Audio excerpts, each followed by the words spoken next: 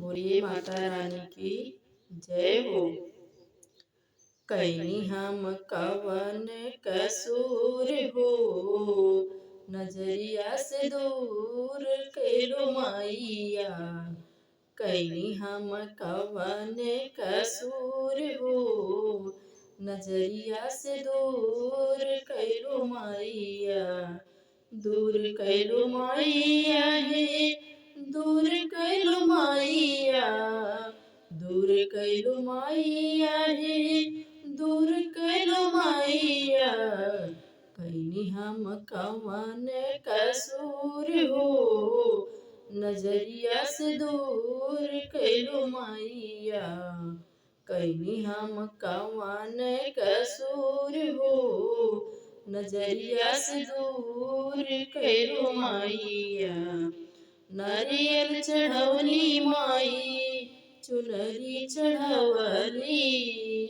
नारियल चढ़वली मैया, चुनरी चढ़वली।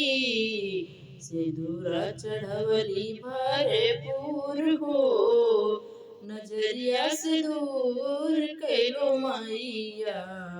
सिंदूरा चढ़वली भरपूर हो, नजरिया से दूर कैलो मैया।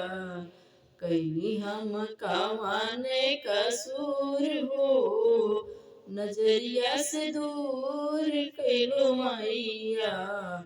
कैनी हम कवन कसूर हो, नजरिया से दूर कैलो मैया।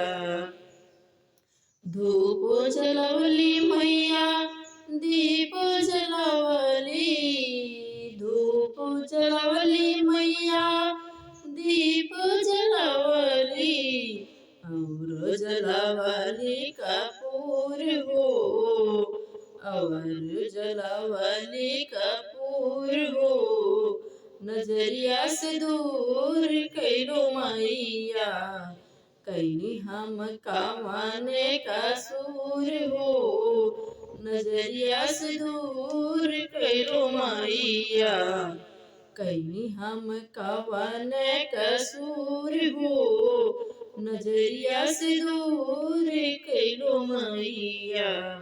अपने भगतन के सुनला रजिया, भगतन के अपने सुनला पुकारिया। उनके मगनवा कैदा पूर हो, उनकर मगनवा कैदा पूर हो, नजरिया से दूर काहे कैलू। हमारो मगना कैदा पूर हो, नजरिया से दूर कैलो मैया।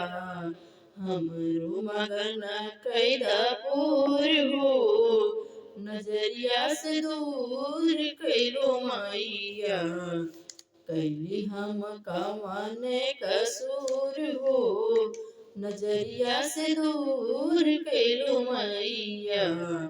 कैनी हम कवन कसूर हो, नजरिया से दूर कैलो मैया। दूर कैलो मैया हे, दूर कैलो मैया। दूर कैलो मैया काहे, दूर कैलो मैया। कैनी हम कवन कसूर हो, नजरिया से दूर कैलो मैया। जय माता दी।